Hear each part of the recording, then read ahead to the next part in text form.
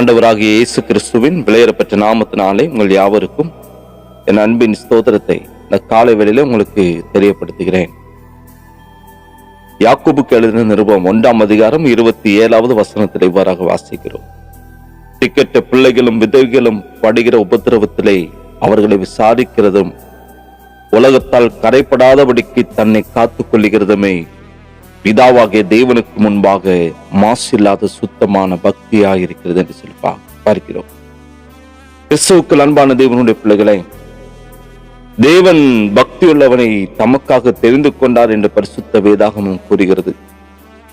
தாவீது சொல்லுகிறதான பொழுது, ஆண்டவரை நோக்கி என் ஆத்துமாவை காத்துள்ளோம், நான் பக்தியுள்ளவன் என்று சொல்லி அவர் வேண்டுதல் செய்கிறார். யோனா தீர்க்கதரிசி கர்த்தரை விட்டு விலகி நினிவேக்கு போவதற்கு பதிலாக தர்சீசிற்கு ஓடி போன அந்த நேரத்திலே, அப்பொழுது நீர் யார் என்று மாலுமி கேட்ட பொழுது, சமுத்திரத்தையும் பூமியும் உண்டாக்கின பரலோகத்தின் தேவனாகிய கர்த்தரிடத்தில் பயபக்தியுள்ளவன் என்று சொல்லி தன்னை குறித்து கூறினார். ஆனால் மாசில்லாத சுத்தமான தெய்வபக்தி என்ன என்று சொல்லி பரிசுத்த வேதம் மிகவும் அழகாக கூறுகிறது. திக்கற்ற பிள்ளைகளை விசாரிப்பதும் விதவைகளை விசாரிப்பதும் உலகத்தால் கரைபடாதபடிக்கு தன்னை காத்துக் கொள்வதுதான் மாசில்லாத சுத்தமான தெய்வ பக்தியாய் காணப்படுகிறது. ஆண்டவராக இயேசு கிறிஸ்து சொல்லுகிறதான பொழுது, பசியாயிருந்தேன் எனக்கு போஜனம் கொடுத்தீர்கள், தாகமாயிருந்தேன் தாகத்தை தீர்த்தீர்கள், அந்நியனாயிருந்தேன் என்னை சேர்த்துக் கொண்டீர்கள், வஸ்திரம் இல்லாதிருந்தேன் எனக்கு வஸ்திரம் கொடுத்தீர்கள், வியாதியாயிருந்தேன் என்னை விசாரிக்க வந்தீர்கள், காவலில் இருந்தேன் என்னை பார்க்க வந்தீர்கள் என்று சொல்லி அவர் சொன்ன பொழுது, நாங்கள் எப்பொழுது உண்மை இந்த நிலையில் கண்டோம் என்று கேட்கிறதான பொழுது, மிகவும் சிறியவராகிய என் சகோதரரான இவர்களில் ஒருவனுக்கு நீங்கள் எதை செய்தீர்களோ அதை எனக்கே செய்தீர்கள் என்று ஆண்டவருடைய வார்த்தையை நாம் மறந்து விடக்கூடாது. ஏழைகளையும் கைவிடப்பட்டவர்களும் கர்த்தர் தம்முடைய சகோதரர்களாக கருதுகிறார். அவர் திக்கற்ற பிள்ளைகளின் தகப்பனாக அவர் காணப்படுகிறார். பரிசுத்த வேதாகமத்தில் யோபு பக்தனை குறித்து பார்க்கிறோம். யோபு அவர் நன்றாக வாழ்ந்திருந்த நாட்களில் ஏழைகளுக்கு அதிகமாக உதவி செய்தார். தாய் தகப்பன் இல்லாத பிள்ளைகள் அவருடைய ஆகாரத்தில் சாப்பிட்டார்கள். அவர்கள் தங்கள் தகப்பனிடத்தில் வளர்வதைப் போல யோபுவோடு கூட வளர்ந்தார்கள். அவர்களுக்கு கையிலாக கொடுத்து அவர் நடத்தினார். ஒருவன் உடுப்பில்லாததினால் மடிந்து போகிறதையும் ஏழைக்கு மூட வஸ்திரம் இல்லாதிருக்கிறது அவன் கண்டபோது அவர்களுக்கு ஆட்டு மயிர் கம்பளி கொடுத்தார் என்று சொல்லி பார்க்கிறோம். முறையிடுகிற ஏழையும் திக்கற்ற பிள்ளைகளையும் உதவியற்றவைகளும் ரட்சித்தான். கொர்டனுக்கு கண்ணும் சப்பானிகளுக்கு காலுமாயிருந்தான், எளியவர்களுக்கு தகப்பனாயிருந்தான் என்று பரிசுத்த வேதாகமும் கூறுகிறது. விதவைகள் படுகிற உபத்திரவத்திலேயும் அவர்களுக்கு உதவி செய்தார். அவர்கள் இருதயத்தை கம்பீரிக்க பண்ணினான். அதுபோல உலகத்தால் கரைபடாதபடி தன்னை காத்து கொண்டான்.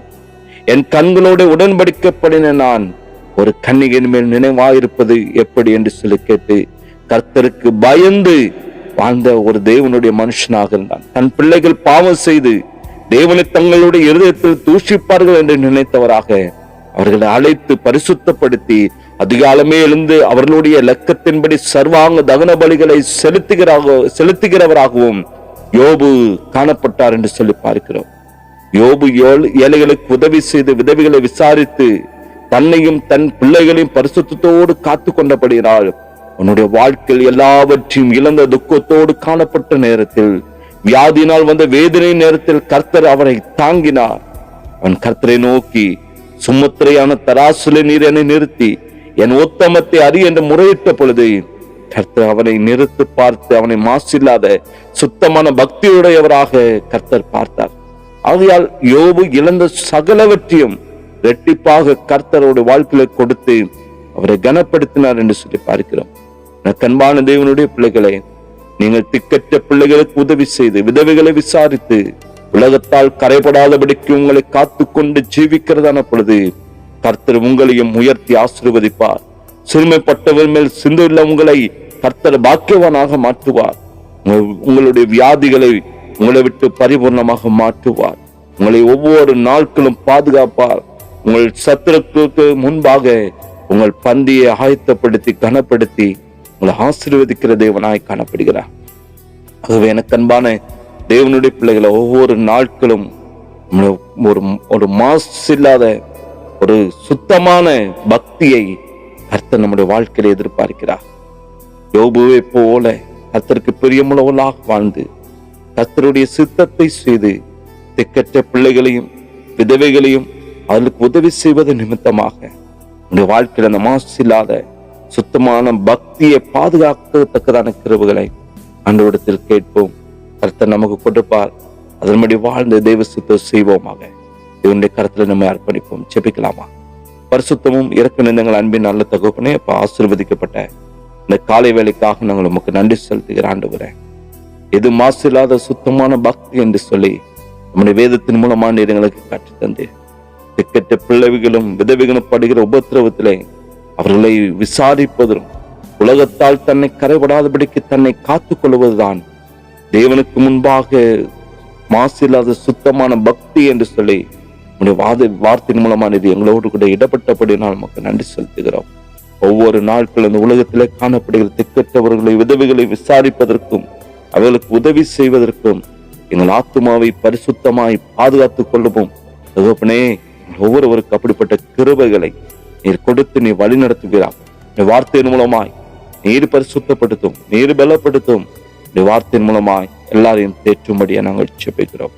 அந்நியர்களுக்கு நாங்கள் உதவி செய்ய, திக்கற்ற பிள்ளைகளை விசாரிக்கவும் அப்படிப்பட்ட காரியங்களை நாங்கள் எங்கள் வாழ்க்கையை நாங்கள் செய்து நாமத்தை மகிமைப்படுத்த கர்த்தர் கிருபை செய்கிறார். எல்லாரையும் இயேசுவின் நாமத்தில் ஜெபிக்கிற நல்ல பிதாவே, ஆமேன், ஆமேன்.